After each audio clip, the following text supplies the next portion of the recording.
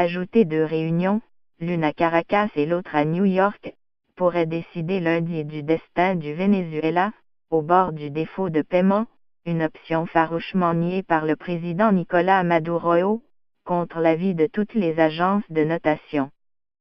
Fragilisé depuis des mois par une profonde crise économique et politique, le dirigeant socialiste a convoqué à Caracas une réunion de créanciers étrangers pour tenter de renégocier la dette du pays, estimée à 150 milliards de dollars. Mais le Venezuela ne dispose plus que de 9,7 milliards de réserves et doit rembourser d'ici la fin de l'année de 1,47 à 1,7 milliard, puis 8 milliards en 2018. Les observateurs demeurent réservés sur le succès à attendre de cette réunion, fixée à 14 heures locales, 13 heures et dimanche.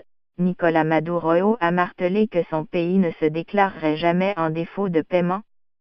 Ils ont spéculé sur le fait que le Venezuela se déclarerait en défaut de paiement. Jamais. Le défaut de paiement ne se produira jamais au Venezuela, a-t-il asséné à la télévision. Maintenant notre stratégie est de renégocier et de refinancer toute la dette. Selon l'économiste Luis Vicente León, M. Maduro cherche à convaincre les créanciers américains qui ont intérêt à ce que la dette soit restructurée de faire pression sur l'administration de Donald Trump. Russie et Chine au secours. Mais Washington interdit à ses banques et citoyens d'acheter de nouvelles obligations ou de négocier des accords avec le gouvernement vénézuélien, compliquant leur participation à la réunion convoquée lundi. Or, selon Caracas, 70% des créanciers sont basés aux États-Unis ou au Canada. En outre, les 2 dirigeants désignés par le pouvoir pour renégocier cette dette, le ministre des Finances Simon Zerpa et le vice-président Tarek El Aissami, sont directement frappés par des sanctions empêchant tout Américain de traiter avec eux.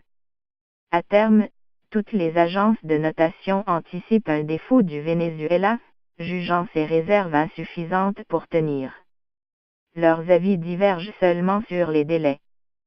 Un défaut aggraverait la récession qui a fait plonger le PIB du Venezuela de 36% en 4 ans et couperait le pays et son groupe étatique pétrolier PDVSA des marchés internationaux, tout en les exposant à des poursuites et à la saisie d'actifs et filiales à l'étranger. Autrefois, le plus riche des Amériques latines, le pays pétrolier, ruiné notamment par la chute des cours du brut, n'est plus que l'ombre de lui-même.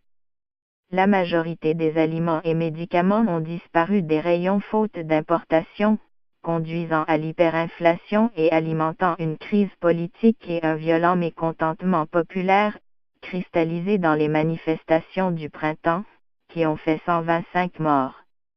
Nicolás Maduro a évoqué dimanche les négociations en cours avec la Russie et la Chine, 2 pays alliés auxquels le Venezuela doit respectivement 8 et 28 milliards de dollars.